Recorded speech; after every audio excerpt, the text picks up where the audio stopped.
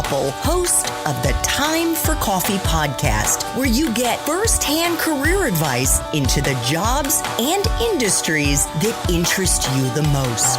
And before we start today's show, I have a quick favor to ask you. If you haven't already, I'd be incredibly grateful if you give us a rating and a review on iTunes. And if you're like me, you need to do it now because you'll forget later and because it's the best way to help others who may be in search of career advice to find this free resource. So press pause if you haven't done it and do it right now. I'll wait. Thanks so much and enjoy today's show. Hey there, Java junkies. Welcome back to another episode of T4C. If you're interested in breaking into financial services or perhaps even certified financial advising, then this is the episode for you because my next guest is a top-ranked financial advisor, top-ranked by Barron's and by Forbes with almost 30 years of financial industry leadership.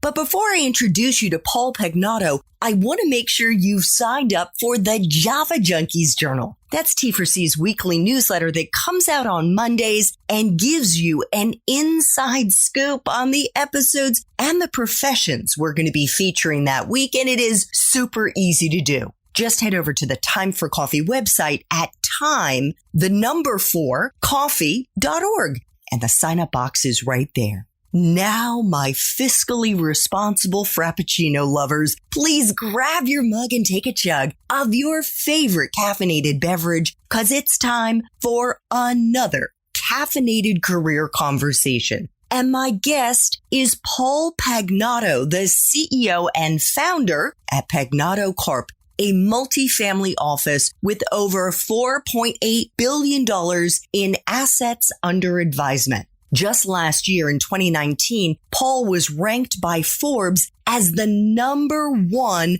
wealth advisor in Virginia and 29th in the nation. And he was ranked second in Virginia on Barron's top 1,200 financial advisors state by state. Paul spent 20 years or just about with Merrill Lynch, where he founded its private banking and investment office in Washington, D.C. And get this, he began his career as a microbiologist with NASA and McDonnell Douglas working collaboratively to search for life in outer space. How cool is that? Paul is also an author of the newly published book, Transparency Wave, Exponential Changes That Will Transform Our World. We're going to be talking more about that and what Paul does in his current job and how he built his fascinating career in our main Time for Coffee interview. So please check out show notes for this episode to see if Paul's main Time for Coffee interview has already dropped.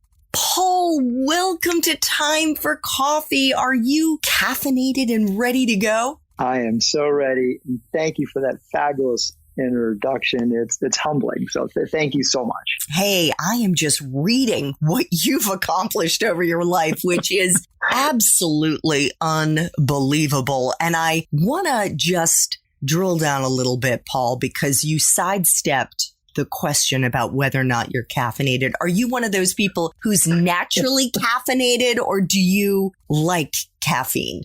I am naturally caffeinated. I think it would put me over the edge. My morning drink is coconut water. I love coconut water. Nice. Well, I know that health is super important to you as well. I happen to add some MCT oil and a little bit of grass-fed ghee into my bulletproof coffee. I don't know if you're familiar with Dave Asprey. Yes, I am. Yeah. Okay. Yeah. So I am all about whatever works for you. This works for me. It gets my brain humming with those good fats, but so does coconut water, right? It's so wonderful. MCT oil is actually highly processed coconut oil. So I think we're kind of vibing on the same thing here, Paul. So we are. We're on the same vibe. So let's dive into our 10 espresso shots. These are questions to help our young listeners learn more about how to break into your current field of financial services. And the first espresso shot is, what entry-level jobs, Paul, are available to young people who want to break into this field? Yeah. So if you are in high school, if you're in college or getting ready to graduate, there is a plethora of opportunities for internships, even in this COVID world. So one, I think we always have 5 to 6 interns helping us out every single year. It is a fabulous way to get an understanding and feel for whether this is something you actually want to pursue or not.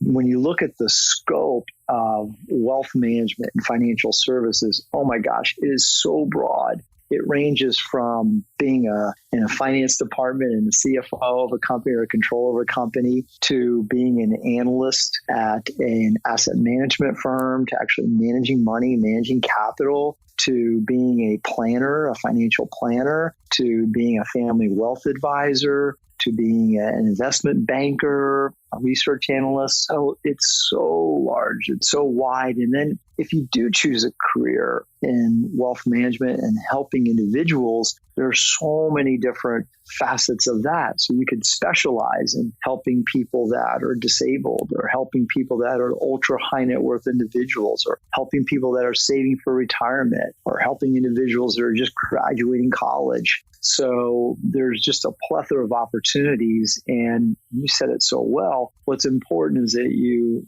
follow your dreams and aspirations, and you follow what works well for you. Okay, cool. What about a useful hard and soft skill that you look for, Paul, in the young people that you hire at your firm, or maybe when you were at Merrill? So work ethic is essential. There's no substitute for work ethic, right? We all have to put our 10,000 hours in. So I'm looking for someone who has a background of hard work, and they're not afraid to work hard and put the time in to be excellent at whatever it is that they're pursuing and doing. The other is the ability to follow up. So when I'm interviewing someone and meeting with someone, I'm paying attention to, did I receive a follow-up note in the mail? Did I receive a follow-up email? Also, punctuality, showing up on time is super, super important. So I'm paying attention with each time that they come in and they interview with me or other people, other individuals on my team. I'm noting each time, did they show up on time? So there's a couple nuggets that are super important for the relationship that they're trying to build with their future employer. Oh, what great advice, actually, in sort of how to be a professional. I think that applies not just to the financial services industry, my friends. This is every industry, the advice that Paul just gave. And I want to pick up on something you mentioned in passing, and that was the 10,000 hours. That may not mean that much to our young listeners. I don't know if this is your tip of the hat to Malcolm Gladwell's 10,000 hour rule, what it takes to become expert. Yes, that's exactly what it is. So Malcolm Gladwell is a very successful author, multiple books, and he did a very broad-based study on how much time someone needs to apply to a profession or a discipline to be considered an expert. And he concluded it's very consistent across broad industries and professions and disciplines. If one puts in 10,000 hours, they get to that sphere of being considered an expert. I did the math on this. This was many, many months ago because I'm looking into it for a whole nother reason. And that comes down to, if you're looking at just a 40-hour week, about 5 years of work. So just keep that in the back of your mind. If you want to become an expert, if you want to become the best, like Paul, that's what it's going to take. Next espresso shot. Is someone's major a deciding factor to get into your profession, Paul, Mr. Microbiology major? It is not. In fact, I think it's important that we all have the mindset that we have a different map of life today than the prior generation. And we're living and breathing it now, Andrea. So it is very common to have multiple careers. In fact, Stanford is doing this huge study. They call it the new map of life. And the new map of life is you go to school, you learn a profession, you work in that field, then you go back to school, and you learn some new skills, then you go apply that, and you go back to school. So the Stanford estimates this is going to happen 3, 4, 5 times in someone's career. And I can share it's already happened to me several times. And I feel like I'm just getting started. I love that. And the way that I have come to describe this to my listeners and T4C fans are very familiar with this analogy that I've come up with. And that is, rather than thinking of your major as the tiny box, the tiny house that you're going to be forced to live in for the rest of your professional life, instead, think of it as the foundation of a professional skyscraper that you'll be building over the course of your life, with each new job and each new career adding a new floor in that skyscraper. I absolutely love that. I was very fortunate to be part of this think tank. And it was one evening. We started at 8 o'clock, didn't finish till 2, 3 in the morning. And it was with individuals from top universities, academia, top leaders in business, some government professionals. There's 30 of us. And we strove to come up with what the essence of life is. We took a step back and we didn't just think of human life. We thought of all life. So human life, plants, animals, fish, bacteria, all life. And we concluded the essential trait for all life is to grow, is all life doesn't want to go extinct. We want to continue to survive. And a critical element of survival is growth. So if you think about it, us as humans, for us to continue to grow, right? Life is a journey. We need to continue to learn. We need to continue to experiment. We all have entrepreneurial genes in us. We all thrive on growing and learning, and this is part of it. And what I might add to that, and that's a beautiful way to live your life, to think about growing, is that it's scary. And don't think that when Paul pivoted, I'm guessing, out of microbiology and moved into financial services, he wasn't afraid. He wasn't probably like, what the heck am I doing? But that, pushing himself out of his comfort zone, is what helped him to grow. Am I right, Paul? You're so spot on, Andrea. So think about it. When I graduated college, I had a degree in microbiology. I was financially illiterate. I couldn't tell you how to save for retirement or the methods to do that or how much to save for retirement, just the basic principles I lacked. And here I pivoted to going into a career in wealth management, financial services. So I had to learn everything. I had to learn the basics of providing advice to someone. I went to work for a fabulous company, Merrill Lynch, had an amazing training program, but I also had no sales experience. I had no marketing experience. I don't come from money. I didn't have a network to tap into. So I had to learn all of those things very, very quickly. It was super scary. And I had failure all over the place. But failure is simply, success is failure turned inside out. That's how we learn. That's how we grow, is by failure. And one of the concepts that we employ on our team is fail fast. So we have to embrace failure. We have to have the confidence to be able to fail and to be transparent with our failure. This sounds crazy, but the faster we fail, the more we fail, the quicker we get to where we're going to go. Because that's how we eventually figure it out. Oh my God, 100%. And this is actually a theory that was developed by someone in Silicon Valley who's a serial entrepreneur by the name of Steve Blank, who I interviewed on Time for Coffee. Amazing. And it's the lean startup methodology. So 100%. And I'll see if I can put in show notes a link to that interview with Steve Blank. There's also a book called The Lean Startup by Eric Ries that's also a fabulous read. So 100% fantastic advice. Paul, how important is it to have a graduate degree? Less so for those young people who are starting out in financial services, and probably more applicable for somebody who wants to be in the C-suite, who wants to start their own company. And if so, are there more useful grad degrees to get? Yeah, so depending on the path that you take and what your ambitions are, I think it's more or less essential. So working for a company, a large company, going into the C-suite, being an officer, executive of a company, I think a master's degree in business and MBA will be very, very helpful. And that is one of the credentials that they look for over time. A lot of studies have shown that it's best for you as an individual to graduate with your 4-year degree, go to work, and then go back to school full-time or part-time while working to obtain your master's degree.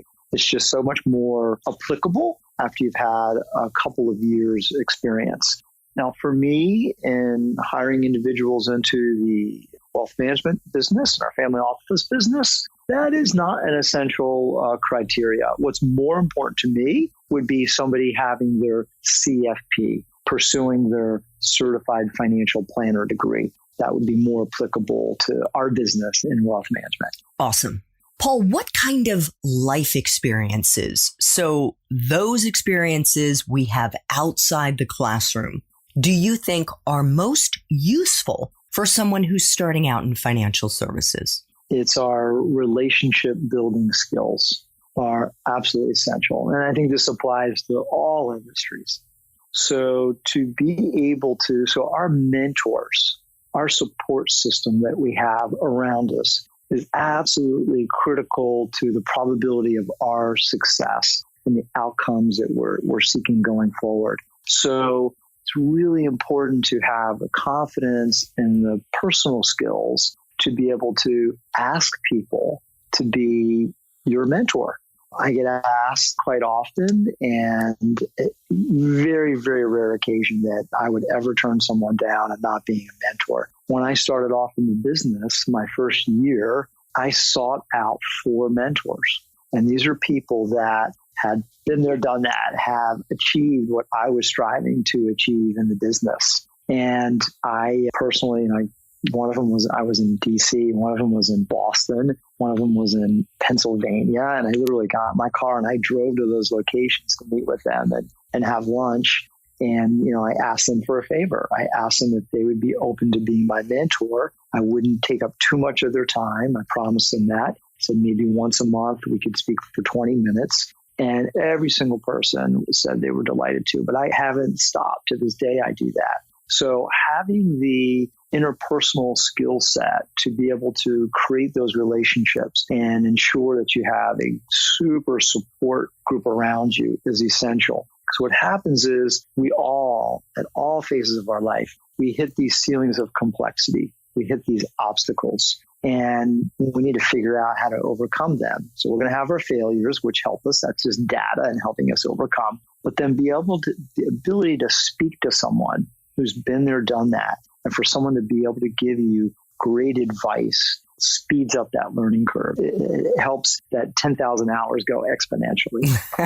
Fantastic. Oh, I absolutely love that. And I think that those skills can be honed doing just about anything. And obviously, we're in a coronavirus world right now. We're doing this interview at the end of June 2020. But if you work in any kind of services industry, selling ice cream, being a waiter or waitress, or being a delivery person for Uber Eats, these are all ways that you can hone those skills. Paul, what is the best part for you of being in financial services? It's the impact, experiencing the impact you make on people's lives. That is the magic. That's what gets me up and everybody on my team up every single day. So knowing that you're making a difference, knowing that you're helping people sleep at night, and not worry about the volatile, turbulent time that all the asset classes have had, the stock market, the bond market over the last, 4 or 5 months, historic volatility, knowing that we have made a difference and that our clients are good, they're not worried, and they're sleeping at night, and they're making the right decisions. It's extremely fulfilling. That's really what moves us. That's what motivates us. That's what inspires us to work hard and do the best we possibly can for them. Amazing. The flip side. And we've certainly been in the flip side right here. Any fans of Stranger Things? It feels like that alternate universe. What is the part of your current job, Paul, that sucks the most? Yeah. So it's when I see people not follow their true north. And, we're humans. So we get off track. We get off focus. We get off our path. And that frustrates me to see that because I care so much. And I want to see everybody following their true north. I want to see people doing what gives them energy so they can throw off that PMA, that positivity, because it's contagious and there's a massive ripple effect. So what sucks is when I see somebody who's in the gap, right? So humans, what makes us special versus all other animals is we're able to visualize. We're able to see the rainbow out there. The way our mind works is we can walk closer and closer, and that rainbow is real to us. That's the ideal, getting to that rainbow. The reality is we can walk closer and closer to that rainbow, but we never reach it. And that's called a gap. So our minds get into the gap. And that's frustrating for me. It's frustrating for me to see and experience in other people. So, there's ways to pull us out of the gap and to get us right back on track and to follow our true north. But that was a beautiful question. But that's probably the most frustrating thing, is just seeing humans, people not being fulfilled or stressed. Yeah. And there's been an awful lot of that since COVID hit the U.S. and countries around the world, because there are Time for Coffee listeners in 170 countries. So I know we're all grappling with this. Paul, what is the best career advice you've ever gotten? It's always do the right thing, and everything will take care of itself, and the money will follow. So don't worry about money. If you work hard, if you do the right thing, if you're adding value to people, an organization, a team, it'll all fall in place. And in fact, if you worry too much about it, if you worry too much about money or worry too much about being successful, it can actually hinder your abilities to accomplish the outcome that you're seeking. So just know that if you're doing the right thing, you're doing things that give you energy, and you're making an impact on other people, and you're adding value, it's all going to work out. It's all going to work out. It's not a straight line. It's not linear. You're going to have failure. You're going to have ups and downs, but eventually it'll sync up and you'll get there. I totally agree. And what I might add to that, because that is excellent career advice. And I think during these times, which are super uncertain, which are very scary, and with so much unemployment, especially for those who are currently in school, maybe who are going into college now, the temptation will be to try to reverse engineer your degree so that you can land a job that makes you a lot of money because you're afraid and you've got student loans to pay off and you've got bills. And Paul and I totally appreciate that. We empathize with you.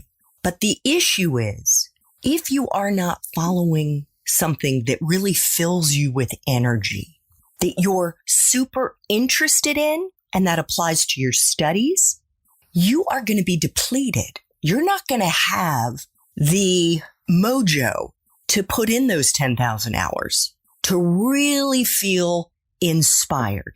And as a result, you're not going to be showing up. You're not going to be fulfilling your potential. And so if you go into, and we get the idea that sometimes you just need to get a job because you have to pay the bills, but then maybe in your free time, you are able to start something, your side hustle, that fills you with energy. But please don't try to reverse engineer things when you're in school. Follow your interests follow the things that fill you with joy and energy and inspiration so that you can do exactly what Paul said, and that is find your true north and follow it. 2 final espresso shots, Paul. What movies, if any, or Netflix, Amazon, Hulu shows or books do you think accurately depict your profession? Love the question. And everyone's probably going to be surprised how I answer it. So it's the movie that came out. I'm drawing a blank on the name, but it's the movie that is about Bernie Madoff. I think it's The Wizard of Lies. That's what it's called. Yeah. So I am PMA. I am all positivity. And, I believe the first negative thought is a thought to failure. However, the movie will do a super job of articulating and teaching so many people why it's so important to always do the right thing. Because there's not always regulation in place.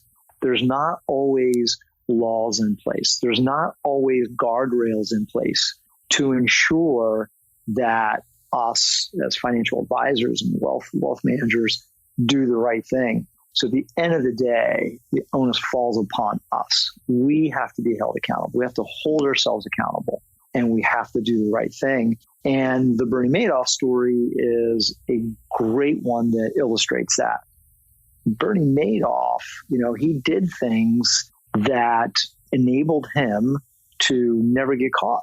He did this for 20 years and he never got caught. And that was because he was able to do things like charge commissions and create client statements and, take clients' money and do all those things. And, all those things are still legal today.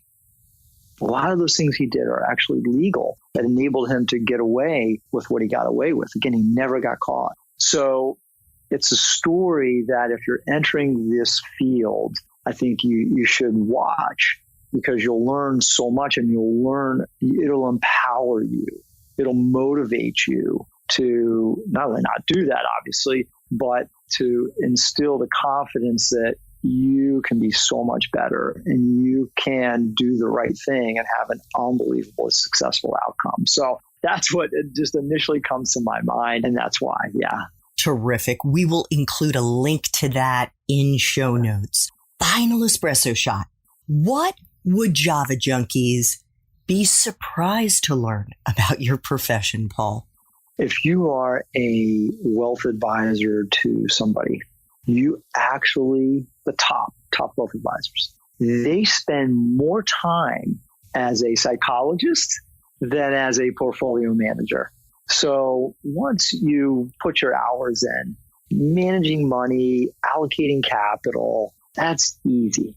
I know that may come across wrong, but trust me, it's easy. Once you put the time in, it's not difficult to do the right things there. So then what is more challenging and where you'll end up spending most of your time is through your dialogues. Today, they're on Zoom with clients, and understanding and reading between the line, understanding why someone may be losing sleep at night, understanding what their fears and concerns are, understanding what they feel their opportunities are, what they feel their strengths are, and addressing all of that through their plan, through their portfolio, through the solutions that you're creating.